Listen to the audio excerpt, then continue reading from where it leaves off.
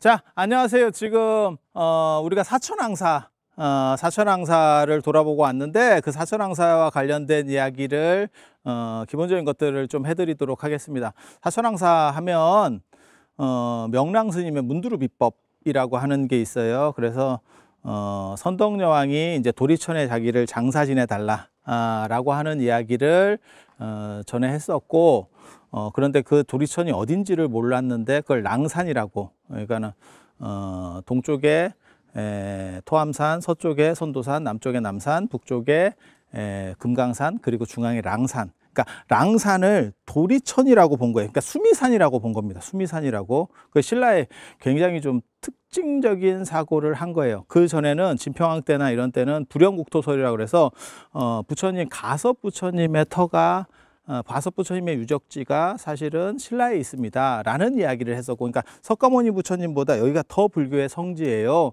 라는 얘기를 하고 싶었던 그런 이야기가 있고, 그 다음에 진종설이라고 해서 또 뭐가 있냐면 석가족 혈통, 신라의 왕계는 석가족 혈통이에요 라고 주장하는 것들이 있어요. 그 얘기는 자장율사하고 관련된 기록에 의하면 태화지 용이 나타나서 뭐라고 얘기하냐면, 너희 신라의 왕계는 실제로는 인도의 크샤트리아 종족이다, 이렇게.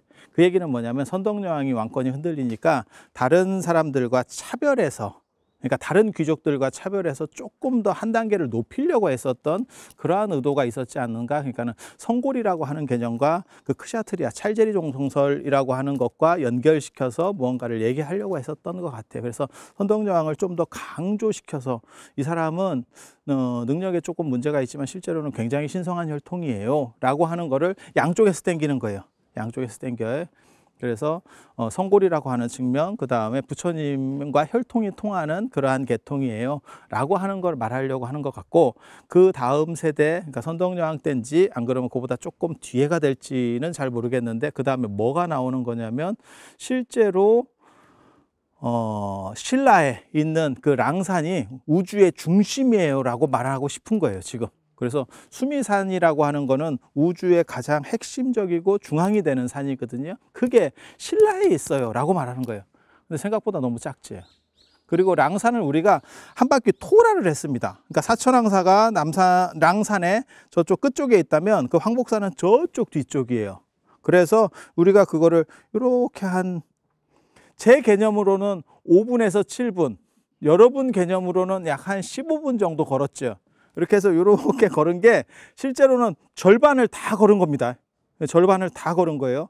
그래서 수미산 토라를 했다라고 보시면 되고, 토라는 성지순례라고 생각하시면 돼요. 이렇게 순례를 했다라고 생각하시면 되고, 그렇게 큰 산도 아니고, 왜 랑산인지 옆에 산세를 이렇게 보면 이렇게 약간 찐바가 졌습니다, 산이.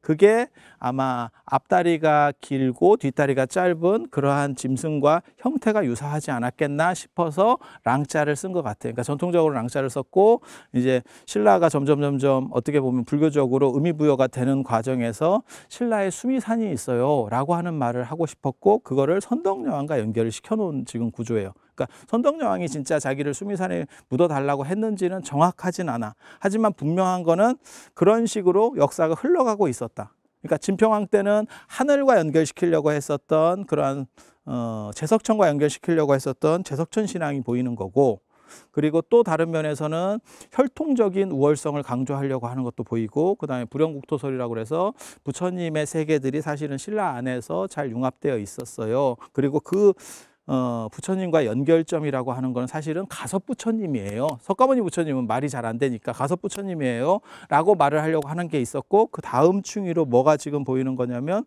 수미산, 우주의 중심이 사실은 경주 안에 있어요. 그래서 다른 것들은 다 변방이에요. 근데 그게 그렇게 말하려고 하는 게 황룡사 구층목탑과 일맥상통하는 부분이 있어요. 황룡사 구층목탑은 우리가 전 세계를 리드할 수 있는 최강이에요 라고 말하려고 하는 것과, 우리가 실제로는 우주의 중앙이에요, 우주의 중앙이라고 말하는 그 수미산설은 선덕여왕 때만 보이는 거예요. 어떤 의미에서는, 왜 그 랑산이라고 하는 부분을 선덕여왕이 수미산이라고 지칭하는 것도 있고, 그 다음에 첨성대, 그 첨성대가 수미산이라는 설이 있어요. 그래서 33개로 되어 있고, 그 다음에 위에가 네모나고, 수미산 형태가 위에가 네모나요. 그리고 평평하고, 그래서 그게 수미산이 아니냐라고 하는 그런 설들이 있거든요. 그래서 선덕여왕과 관련해서 수미산 모티브들이 계속 나오는 거예요. 그러면 우리가 중앙이에요라는 게 뭘 의미하는 거냐면 중국이라는 뜻입니다. 중국. 그러니까 중국이 중국일 수 있는 거는 자기가 중심이다라고 생각하는 거고, 실제로 우리가 중심이면 중국은 뭐가 되냐면 변방이 되는 거예요. 그리고 그런 사고가 없으면 당나라하고 맞짱을 뜰 수 있는 구조가 안 나옵니다. 그래서 이거는 그 시대에 따른 건지는 정확하게 알 수 없지만 굉장히 우리의 자부심이 크게 느껴지는 그러한 시기라는 것은 분명해요. 그리고 한국사에서 엄청나게 의미가 있는 그런 시대 상황이라고 보시면 돼요. 그렇게 해서 선덕여왕이 거기에 이제 랑산에다가 장지를 지내고 나서 나중에 한 30년 뒤쯤에 랑산 남쪽 그 밑에 사천왕사가 들어서거든요. 그래서 수미산을 보면 수미산이 두 가지입니다. 형태적으로 봤을 때 두 가지라고 생각하시면 돼요. 하나는 뭐냐면 첨성대 같이 생긴 걸 수미산이라고 생각하시면 돼요. 그리고 첨성대 중간에 이렇게 구멍이 뚫려 있는데 말고 여기서 네 군데가 이렇게 튀어나와 있습니다. 거기가 사천왕이 사는 데예요. 사천왕이 사는데 유건타라산이라 그래서 수미산의 테라스 같은데요. 테라스 같은데 그 네 군데가 그렇게 튀어나와 있어요. 그렇게 해서 거기가 사천왕이 사는데, 그러니까 맨 위에는 도리천, 제석천이 사는데 그 다음에 사천왕이 사는데 이렇게 돼 있거든요. 그래서 수미산 꼭대기에 선덕여왕을 장사 지냈다라고 하는 거는 선덕여왕이 도리천에 산다 라는 거고, 그 중간쯤에 사천왕사가 지금 아침에 갔었던 사천왕사가 그 자리에 있는 거고, 그래서 사천왕사 위에 사천왕천 위에 도리천이 있는 것처럼 그것 때문에 이제 선덕여왕이 거기를 수미산이라고 수미산정이라고 도리천이라고 얘기한 거가 정합성이 맞는다 라고 1차적으로는 다 얘기를 하고 있습니다.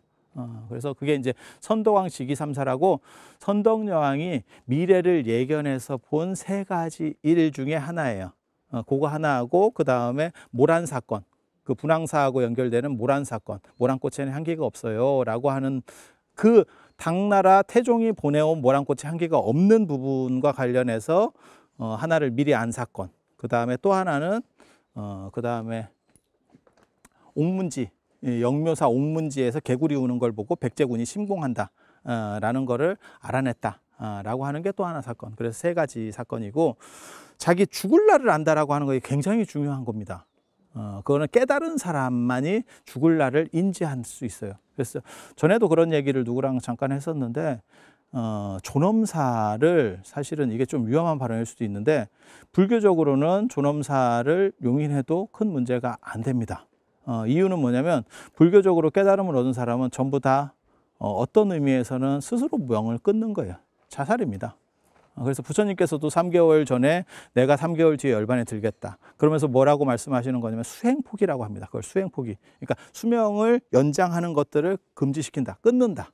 라고 하는 거예요. 그리고 선종에서 큰 스님들도 마찬가지예요. 어느 때 내가 열반에 들겠다 이렇게 하는 거예요. 그래서 경덕전등록 같은 데 보면 되게 재밌는 얘기가 있습니다. 당신이 어떤 노스님이 뒷방 노스님이 내가 언제 열반에 들겠다 그렇게 주의스님한테 얘기를 합니다. 날짜를 고지해 줍니다. 그랬더니 그 주의스님이 그날은 행사가 있어서 스님 돌아가시면 안 됩니다. 그 일이 힘들어집니다.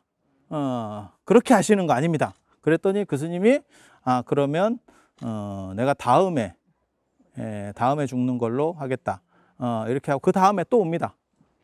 또 오니까 그때는 주의 스님이 이제 그때 내가 괜찮겠냐고 물어보니까 주의 스님이 그때 신도 제가 있다고 그렇게 얘기를 합니다.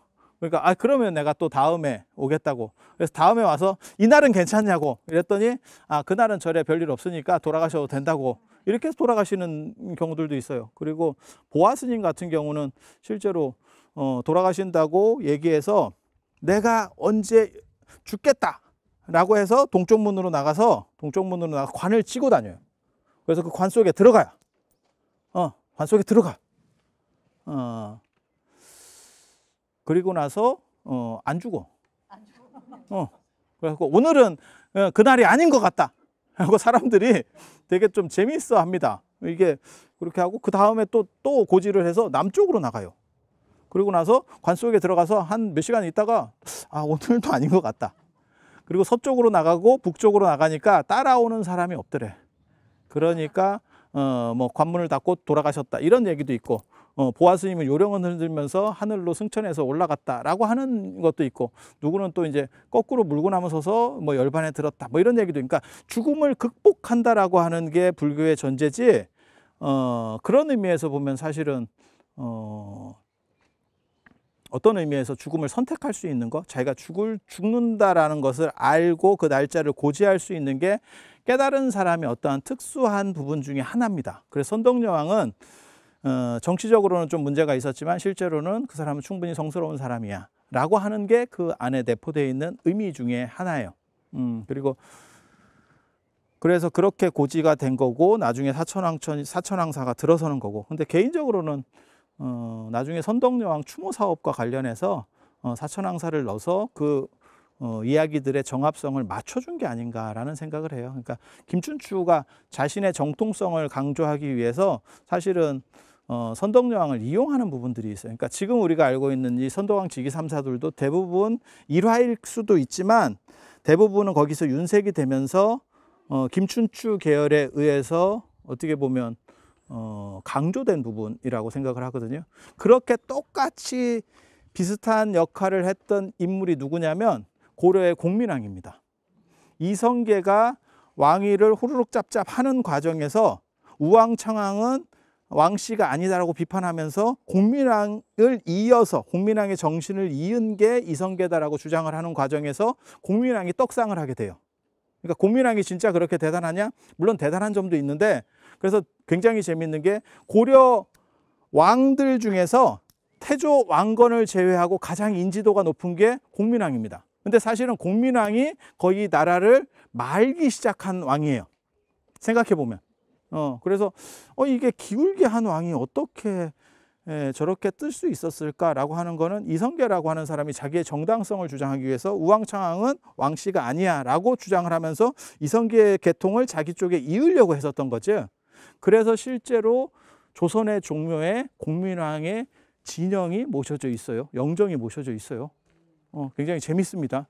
그와 똑같은 스토리가 어떤 의미에서는 선덕여왕과 태종무열왕의 사이에도 있다고 보시면 돼요. 그래서 태종무열왕계라고 하는 조금 비정통 계열, 그러니까 중대신라를 열었던 약간 비정통 계열이 선덕여왕을 잇고 있다라고 하는 그런 연결성을 강조하고, 이 두 가지가 뭐냐면 동륜계와 사륜계의 결합이라고 하는 아주 재밌는 얘기입니다.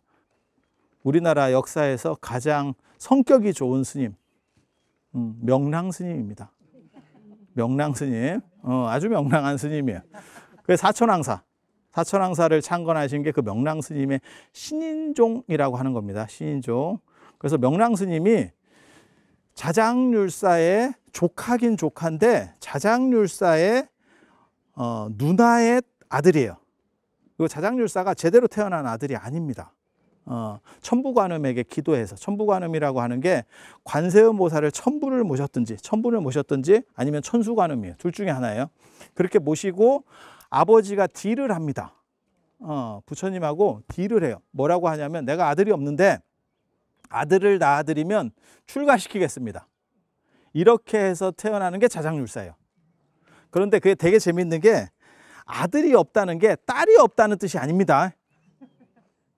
그래서 보통 사람들은 뭐라고 생각하냐면 자장률사보다 밑에 여동생이 있어 라고 생각하지만 실제로 사료를 잘 읽어보면 실제로는 여자애가 있었어. 그리고 아들을 낳고 싶었던 거야. 그래서 기도를 해서 결국 아들을 낳게 되고, 그러다 보니까 이 텀이 굉장히 길어져요. 그래서 누나의 아들이 자장률사보다 나이가 많습니다. 그게 명랑스님이에요. 그래서 명랑스님이 실제로는 자장보다 나이가 많았고 중국에 유학을 하고 그다음에 거기서 밀교를 배워요. 밀교 술법들을 배우고, 이렇게 술법 배워갖고 오는 사람들은 배 타고 오고 이러지 않습니다. 우물로 우물로 막 집으로 막 바로 옵니다. 이 우물이 어디든 연결되어 있다라고 되어 있어요.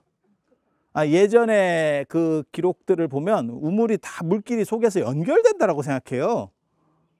그래서 중국에서 그냥 우물로 해서 이렇게 해서 자기 집으로 와요. 타운 포탈이야, 타운 포탈. 굉장히 재밌는 개념이거든. 그렇게 해서 우물로 들어와 가지고 했는데 쓰이질 않습니다. 문무왕 때 이렇게 와서 이렇게 대기하고 있는데 아무도 부르질 않아. 신분이 좋은데도. 왜? 자장률사가 태종 무열왕한테 밀려가지고 명주, 지금 강원도 쪽으로 가게 됨으로 인해서 그쪽 세력들이 다 붕괴하고, 명랑은 사실 자장계라고 보기도 조금 어려워요. 그런데도 그쪽으로 분류된 것 같아. 야, 너네 삼촌이잖아. 이렇게 해서 안 써주는 거예요. 근데 그때 하필 중국과 당이 전면전을 펼치면서 삼국을 통일하고 당나라가 고구려하고 백제 땅까지 다 먹으려고 하니까 신라 입장에서는 야, 뭐 이런 게 다 있어 라고 생각을 하게 된 거고, 남쪽은 우리가 먹으려고 했는데 너네가 그것까지 다 먹는 게 어딨어? 라는 생각을 한 가지 한 거고, 그 다음에 백제까지 당이 먹어 들어오면 위험합니다. 신라 입장에서는. 그러니까 백제가 낫지 당나라가 거기까지 지배권을 확대하면 신라가 안위를 보장받지 못해요. 그래서 결국 전쟁을 하게 돼서 당나라하고 신라 전쟁이 벌어지는데, 그렇게 해서 선제 공격을 하니까 그때 하필 누가 유학을 가 있었냐면 의상대사입니다. 그리고 그때 외교사절로 가 있었던 외교 총책임자가 문무왕 범민의 동생인 김인문입니다. 김인문. 그래서 김인문이 거기서 외교사절로 가 있다가 전쟁이 벌어지니까 그것도 신라가 먼저 선제 공격을 하는 거예요. 아주 그게 재밌습니다. 신라가 선빵을 날려. 선빵을 날린다는 뜻은 뭐냐면 약간 불안했다라는 뜻도 되고, 그 다음에 자신감도 어느 정도 있었다, 해볼만 하다라고 생각한 거예요. 그래서 선제 공격만 하면 그 선제 공격의 뒤에 김유신이 있었다고 생각하는 거예요. 김유신이 그거를 총괄적으로 얘기를 안 하면 누가 그걸 선제 공격을 할 수 있겠어요. 선제 공격을 해서 당이 뒤통수를 맞고 윽 해가지고 뒤로 물러나게 되는 거지. 그러니까 당나라 입장에서는 사신으로 와 있던 외교의 리더라고 할 수 있는 김인문을 잡아서 옥에다가 가둬버립니다. 가두니까 이제 난리가 난 거지. 그 당시 문무왕 그러니까는 김춘추 아들이, 첫째 아들이 문무왕, 범민, 그 다음에 두 번째가 김인문이거든요. 김인문이 잡혀버리니까 이게 난리가 나는 거지. 그래서 그게 이제 좀 잘 되기를 바래서 나중에 만든 게 인용사. 어저께 그 월정교 옆에서 우리가 이렇게 조금 제가 얘기했었던 인용사라고 하는 절을 관음도량으로 잘 해서 축성을 해서 잘 풀려나기를 바랬어요. 그리고 그때 잡혔다는 얘기를 듣고 사식을 넣어주러 간 사람이 있어요. 신라 진골에. 그때 종남산에서 유학하고 있었던 의상대사입니다. 이 의상대사 얘기도 진기하거든. 의상하고 원효가 누구한테 수학하러 간 거냐면, 선생님으로 모시려고 간 거냐면 나라라 슈퍼보드의 현장 스님입니다. 삼장법사 현장 스님. 중국 불교에서 영웅이 두 명이 있어요.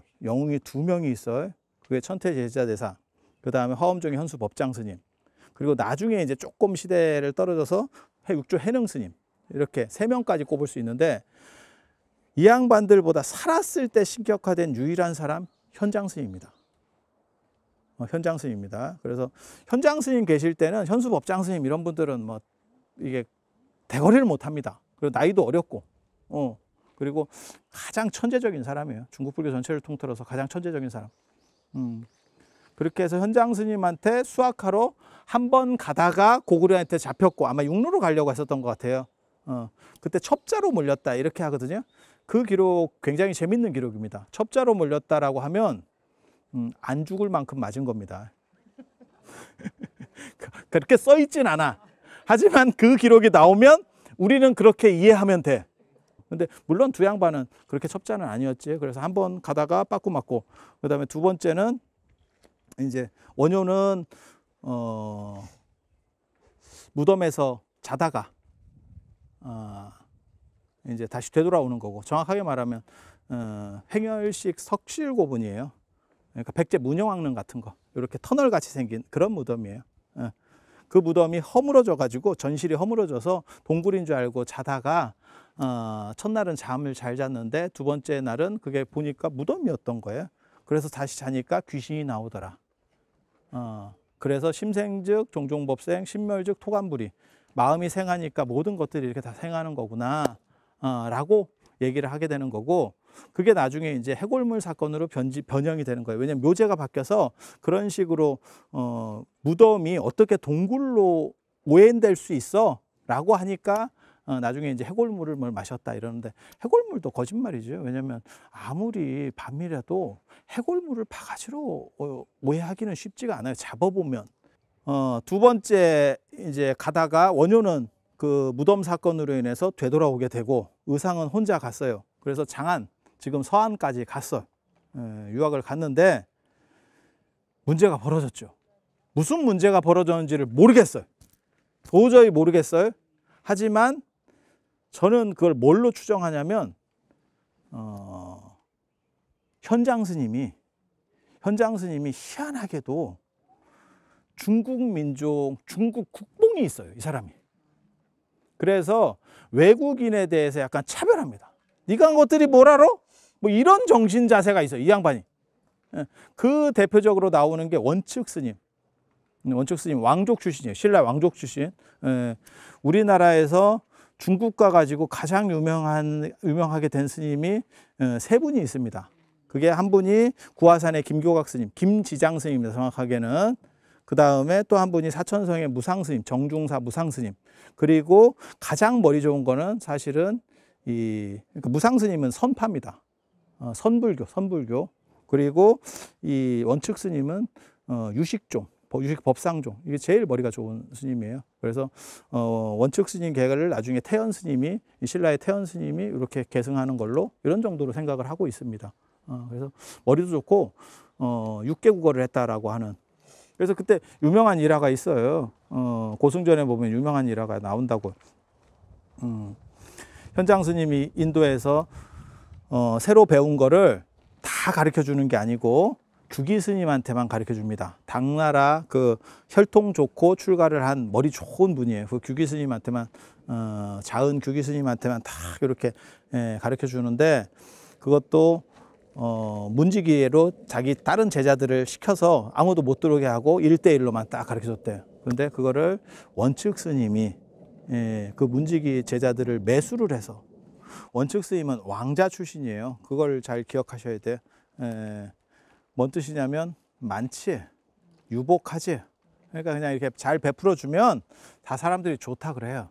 그래서 그거를 대돌 밑에서 들었대. 신발 벗는 데 밑에서 이렇게 딱 들었대. 그리고 듣고 규기 스님은 잘 이해하지 못하는 걸 원측 스님은 한 번만 듣고 이해해서 자기네 절인 서명사가 있습니다. 종남산에 서명사. 거기 가서 얘기를 하면 현장 스님이 나중에 듣고 깜짝 놀라더래. 어떻게 나밖에 인도에서, 내가 지금 인도에서 유일하게 듣고 온 사람인데 제가 알고 있지? 이렇게.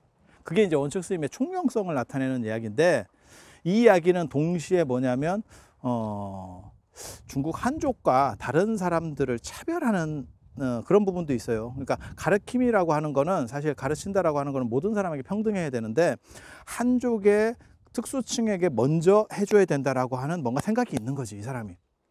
그래서 저는 의상대사가 현장 스님에게 갔다는 기록은 없어요. 그렇지만 현장에게 갔을 거라고 생각합니다. 갔는데 뭔가 안 맞았던 거예요. 그러니까 원측 스님은 그냥 굴복하고 있었던 거고, 조금 이게 띠꺼워도 저 양반한테 내가 배워야 되니까 라고 해서 참고 있었던 거고, 현장 스님은 좀 뻣뻣했던 것 같아. 나중에도 신라에 돌아와서 이 양반이 중앙으로 못 나가는 것도 저는 그런 부분이 있다라고 생각하는 거거든요. 부석사까지, 그 골짜기까지 들어가서 저렇게 하는 이유가 뭐냐면 뻣뻣해서, 그러니까 대인관계가 별로 안 좋은 거죠. 그렇게 해서 현장 스님한테 가니까, 현장 스님은 그 당시에 엄청나게 뜬 양반이니까 만나줘도 뭐 신라 왕족입니다, 그거 어쩌라고 이렇게 나왔겠지. 그래가지고 기분 나빠서 콧바트리고 다시 돌아갈 수도 없고 갈랬더니 너무 많이 왔지. 그런 거 비슷하다고 생각하시면 돼요. 그래서 다시 갈라니, 아니 집에다가 얘기해놓고 왔을 거 아니야. 내가 진골 귀족인데 나 유학 갔다 올게요. 그랬더니 말렸을 거거든, 분명히. 부모가 아무리 자식이 뭐 출가를 했고 그렇다 그래도 한두 번 말리는 척이라도 했겠지. 아무리 내놓은 자식이라도 말리는 척을 하는 게 당연한 거 아니겠어요? 그런데 멋있게 아닙니다 아버지 이러면서 딱 나왔는데 스님들한테도 다 얘기했을 거 아니야. 나 유학 간다 이렇게 하고 나온 뒤에 벤치 맞았는데 이러고 가기 너무 힘들지. 그래서 코를 빠뜨리고 종남산에 지상사로 갑니다. 지상사로 갑니다. 지상사에 대단한 도인이 있었지. 그게 지엄스님입니다. 지엄스님. 그때 진짜 별 볼 일 없었어요. 그래서 현수법장 스님은 그때 제가인이고 제가인도 같이 가르쳐. 그거는 장사 안 되고 있었다는 얘기예요. 그러니까 큰 스님인데 예를 들어서 큰 스님인데 수업을 하잖아요. 그러면 스님들만 다 오는 거예요. 그리고 만약에 제가인한테 하는 거면 제가인만 다 오는 거지. 자, 내가 학당을 열었는데 한 서너 명 앉아 있어. 근데 거기에 제가인도 있고 스님도 있어. 팔이 날리고 있었다는 거예요. 그게 화엄종의 시작입니다. 그러다가 지엄스님이 제일 잘한 거는 제자를 잘 뒀다는 거. 한쪽에는 의상스님, 한쪽에는 법장스님. 이렇게. 그렇게 해서 그 종남산은 중국 장안에서 남쪽에 있어요. 한참 떨어져 있습니다. 그 얘기는 뭐냐면 이 종남산에 있는 세력들이 장안으로 들어오고 싶지만 아직 제대로 못 들어간 약간 이류들, 호십탐탐 노리는 이류들, 그리고 나중에 화엄종은 들어가는 거예요. 그리고 그 장안 쪽에서 주류로 있었던 거는 현장 스님의 법상종입니다. 유식종, 유식법상종, 유가법상종이라고도 하고 유식법상종이라고 하고 뭐 이렇게 하는 그 신유식학파, 호법계열의 신유식학파인데 이쪽이 장악하고 있고 이 화엄종은 그 다음 세대에는 이걸 밀고 들어가는 거예요. 현수법장 스님이 밀고 들어가는 거예요. 그래서 현수법장 스님 같은 경우도 사실은 현장 스님이 번역하고 이런 거 할 때 밑에 이렇게 짜바리로 일도 하고 그랬었어요. 알바도 뛰고 그 당시만 해도 뭐 이랬었어요. 그래서 참여도 역장에 참여도 하고 뭐 이랬던 상황들이고, 그래서 현장 스님은 너무 대단하니까 그래서 종남산에 그렇게 유학하고 있다가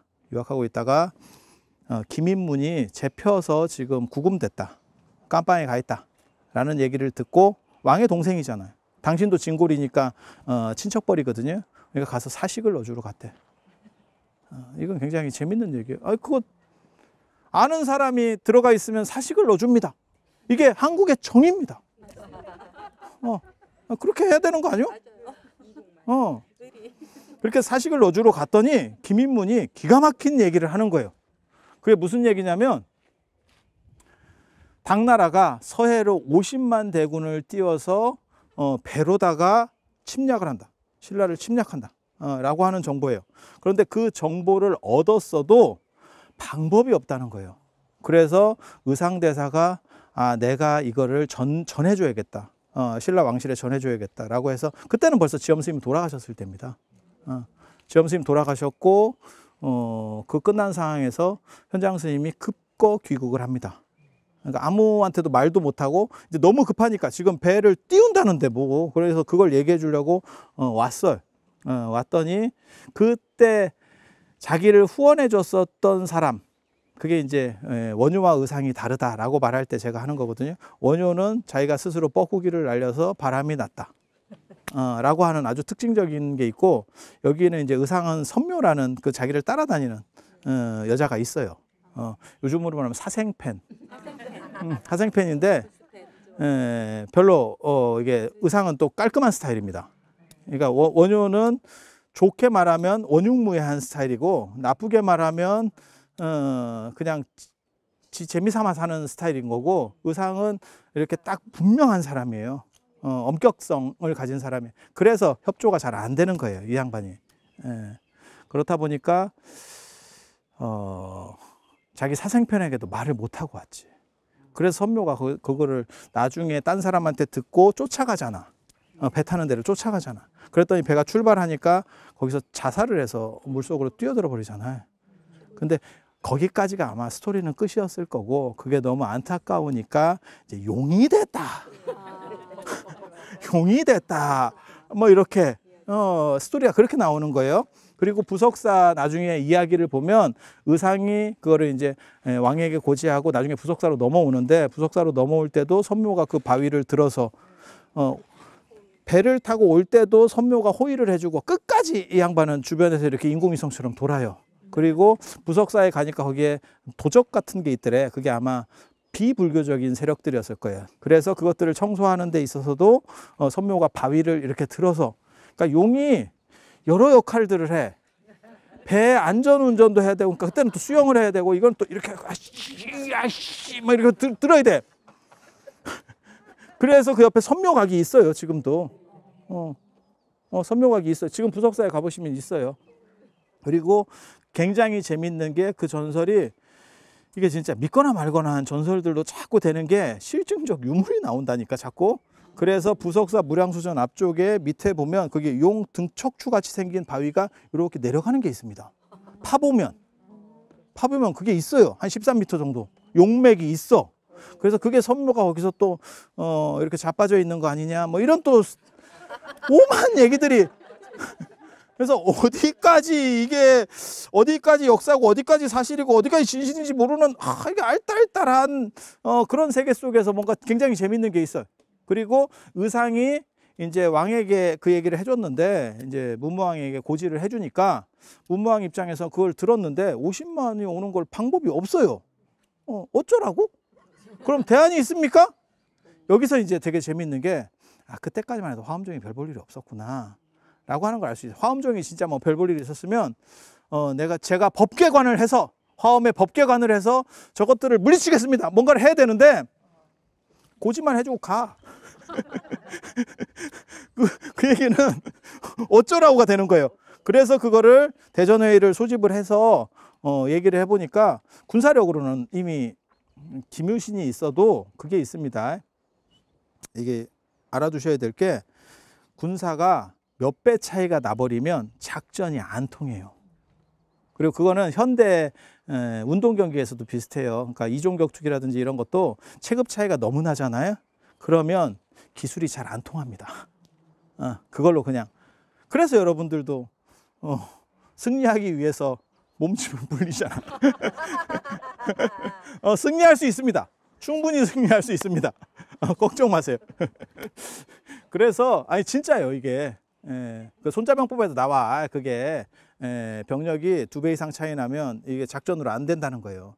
현대전은 절대 그렇지 않아요. 현대전은 무기전이기 때문에 병력이 필요가 없어요. 누가 좋은 무기를 가졌느냐가 중요한 거지. 예전에 그 걸프전에서 이라크 100만 대군 어쩌고 했지만 그냥 묶어놓고 팼잖아. 그런 거 보면 지금 현대전은 안 통하는 거고, 진짜 진기한 경우만 그것을 계략으로서 이기는 경우들이 있어요. 근데 그거는 대부분 평지에서 붙는 게 아니고 아주 특이한 방식을 써서, 그게 우리도 있었잖아. 을지문덕의 살수대첩. 댐으로 조졌다라고 하는, 이게 믿지 못할 사건. 개인적으로는 뭐 잘 안 믿습니다. 이유가 뭐냐면 다 척후를 하는데 수십만이 움직이는데 그 앞에 물 막은 거를 척후가 안 됐다고? 그렇게 될 확률은 진짜 낮은데. 그러니까 우리가 이기지 않았다는 게 아니에요. 단지 그 댐 전술은 일부분이었을 거고, 그 외에 또 다른 전술들로 해서 을지문덕이 이겼을 거다라고 저는 생각을 하는 거예요. 그래서 훨씬 더 대단한 거고, 그거를 중국 자료나 이런 데서는 댐으로 이겼다라고 하는 게 오히려 자연재해로 졌다라고 하는 게 들쪽팔리는 겁니다. 그러니까 저는 그게 그 부분을 약화시키는 게 우리 민족의 입장에서는 더 좋다라고 생각을 하는 쪽인 거예요. 제가 역사를 보는 관점에서는. 그리고 현실적으로 그렇게 많은 군대들이 움직이는데 그런 척후가 다 갑니다. 지금도 마찬가지지만 미치지 않으면 사령관이 그걸 못 해낸다는 거는 사령관으로서 있을 수가 없는 일이에요. 그래서 조금 생각을 달리 해보실 필요도 있는 거고, 그렇게 해서 대전회의를 하니까 방법이 없어. 50만 원 어떻게 막아요? 이제 이렇게 해서 문제가 생긴 거고, 그때 한 사람이 뭐라 그러냐면 명랑 스님이 우물로 올 정도로 대단한 신통을 가진 사람이다. 이게 이제 나오기 시작하는 거예요. 그래서 명랑 스님한테 한번 얘기를 해서 비방을 한번 찾아봅시다. 그때 내가 있었으면 나도 어떻게 됐을 건데. 안타깝지. 내가 늦게 태어나서 그래요. 여러분이 계시는 여기도 그 신인종 명랑 스님 계통의 사찰입니다. 지금 여기가. 그래서 그 명랑 스님이 이제 의뢰를 받았어요. 그랬더니 절을 하나 지어달래. 그러면 내가 문두루 비법 수인이라고 하는 겁니다. 문두루 수인, 그 다음에 만트라는 진원. 그 다음에 만다라는 정신으로서 이렇게 깨달음을 영적인 거를 보여주는 그런 거라고 생각하시면 되거든요. 그래서 문두루, 그 다음에 만트라, 만다라. 문두루는 무드라라는 거예요. 인도말로는 무드라. 그렇게 해서 수인, 탁탁 이렇게 하는 수인을 딱 해가지고 뭔가를 신비한 힘을 일으킬 수 있대. 입으로 아마 진언도 했을 거예요. 같이 했을 겁니다. 그렇게 해서 정신적 만다라 경계를 만들어냈을 거거든요. 근데 나만 할 수는 없고 12명 찌끼다시가 필요하대. 근데 그 찌끼다시는 유가승이에요. 그러니까는 법상종 계열. 법상종 계열. 그래서 12명 같이 이렇게 하는데 절을 지어줄 수가 없다는 거예요. 절을 지을 정도의 힘이, 그 시간이 안 돼. 저쪽에서 오고 있는데 뭔 절을 지어. 절 지어놓고 해버리면 무슨 일이 벌어지냐면, 이길 수 있었는데, 절이 완공이 안 돼서 졌어요. 이렇게 하면 될 수 있잖아요. 그러니까 시간이 없어요. 그러니까 그러면 채색 비단으로다가 이렇게 오색실 같은 걸로 결계를 딱 치고 그 문두루 비법을 할 수 있는 문두루 도량을 만들겠습니다. 이렇게 해서 탁탁 만들어 가지고 거기서 12명의 유가승들과 그러니까 법상종 스님들과 더불어서 이게 밀교 작법을 한 거예요. 그랬더니 태풍이 불어서 꼬르륵 했다는 거예요. 그 뒤에 5만 군대 별동대가 다시 오는 거를 또 손만 돌리면 끝나는 거예요. 이게 손만 돌리면 얼마든지 가능해, 이게. 그때 잠수함이 있었으면 방법이 없었을 건데, 이게 뭐야. 이순신 장군은 이건 깜도 안 됩니다. 그 가서 뭐, 신에게는 아직 12척이 있어. 그거 필요 없어요. 우리 손만 돌리자. 이러면 다 끝나는 거예요. 야, 이러면. 그리고 여러분 몰라서 그렇지, 이거 아직도 합니다. 이게 일부가 아직도 해요. 그게 재지낼 때, 관욕할 때. 관욕할 때 보면 뭐 건단지는, 계단지는 뭐 이렇게 할 때 이렇게 손 이렇게도 하고 뭐 이렇게 해요. 그래서 그런 의식들이 일부가 남아 있어요. 근데 그게 우리는 그게 많이 사라졌어요. 이 신인종이라는 전통이 많이 사라졌어요. 그래서 그걸 번역하면 신인, 수인을 신비한 수인, 신비한 수인 종파예요. 그래서 명랑 스님이 신인종의 개조가 되고 그 사천왕사가 첫 번째 절입니다. 첫 번째 절입니다. 그래서 사천왕을 중심으로 해서 어떻게 호국 사천왕, 그러니까 불법을 호위하는, 그래서 나라를 호위하고, 그래서 나중에는 당나라에 사신을 파견해. 그러면서 뭐라고 얘기하냐면, 왜 가기만 하면 죽지? 네가 그 내용을 알아봐라. 라고 해서 특파 옵니다. 그래서 특파가 와가지고 그것도 아주 재밌는 얘기예요. 그래서 그 사신이 너네 나라 절에 사천왕사라고 있다던데 그걸 좀 보여줄 수 있느냐 이렇게 얘기해요. 그랬더니 신라에서는 그걸 안 보여주려고 하는 거예요. 이게 비보사찰이에요. 안 보여주려고 하는 거예요. 그래서 버뜩 망덕사라고 하는 아까 그 사천왕사 맞은편에 조그만 절이 있었다 그러잖아요. 그 망덕사를 지었대. 대충 이렇게. 그래서 사신한테 여기가 사천왕사예요 라고 했대요. 그런데 외교관들은 다 어느 정도 머리가 되는 사람입니다. 신분도 되고 머리도 돼요. 그래서 딱 보니까 이건 너무 센 삥이거든. 이게 진짜 이거 약을 팔아도 이렇게 팔면 안 될 것 같은데. 그래서 이게 사천왕사가 아닌 것 같은데 이런 얘기를 합니다. 그래서 사천왕사하고 망덕사 이야기, 그리고 그 사천왕사 위에 선덕여왕릉이 있다더라 라는 정도까지 기본적으로 해드리고, 사실은 그 사천왕사와 관련해서도 또 재밌는 이야기가 있어요. 달을 멈추는 사람.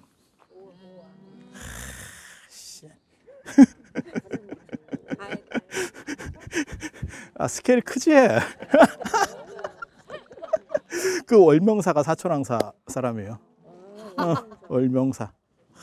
도솔가 피리를 불면 달이 멈춰. 피리 소리를 들어야 되니까 달이 음악의 오가야. 응. 이게 저 구약에 보면 여리고 성벽 무너뜨릴 때 이게 그 여호수아가 태양을 멈추거든. 비잖아. 태양을 멈춰버리거든. 그런데 이게 되게 재밌는 게 우리는 피리로다가 달을 멈춰. 이게 뭐 태양과 달이 동네 북이요. 이게 무슨 씨. 야, 그 성 무너뜨릴 때까지 아직 해 좀 냉겨. 이러면 해가, 그래? 이러면서 이러고 있다는. 야, 뭐 장난 아니야. 태양 입장에서는 지구가 배도 않을 거다. 태양의 눈에서는 지구가 보이지도 않아. 그런데 옛날 사람들은 그런 생각을 한다는 게 진짜 재밌지. 그래서 달이 그 소리 들으려고 피리를 너무 잘 불어서 와, 이렇게 감동을 하고 멈춰있다. 그리고 너무 이쁜 여자가 나타나면 달이 창피해가지고 수줍어서 이게 숨는데. 그게 수화폐월이잖아. 수화폐월. 꽃도 부끄럽고 달도 이렇게 숨는 거예요. 나 미친다. 옛날 사람들 실제로 그래가지고 지구가, 저 달이 멈추고 태양이 멈추잖아. 지구가 뽀장나요. 전쟁에 이기는 게 중요한 게 아니고 인류 전체가 아장난다. 자, 그래서 사천왕사와 관련된 이야기 이런 정도 해드리고, 그러니까는 명랑스님 이후로도 계속 사천왕사와 관련해서 신비적인 이야기들이 흐르고 있었던 거예요. 그게 이제 월명사 기록까지 나오게 되는 거고, 그런 정도 들어두시면 되고, 다음 시간에는 또 다른 신기한 이야기 해드릴 수 있도록 그렇게 하겠습니다. 자, 들어주셔서 감사합니다. 그래서 남산이 뭘 의미하는 거냐면, 선도산에도 조각이 많고, 그 다음에 토암산에는 석굴암 물국사가 있고, 북쪽에 이제 금강산에는 백률사, 그 다음에 굴불사, 이런 절들이 있는데, 남산이 특별히 더 많은 건 뭐냐면, 예전에는 남쪽을 선호해요. 양명한 기운. 그래서 이게 어떻게 보면 민중불교의 성지입니다. 잘 나가는 사람들, 귀족들은 다 안에다가 절을 만들어 놓고, 이제 좋은 걸로 다 재질로다가 해놨을 거고, 그 다음에 이제 민중적인 사람들이 이런 데다가 바위에 이제 불상 새기고 이러면서, 나도 잘 됐으면 좋겠다라는 생각들을 하는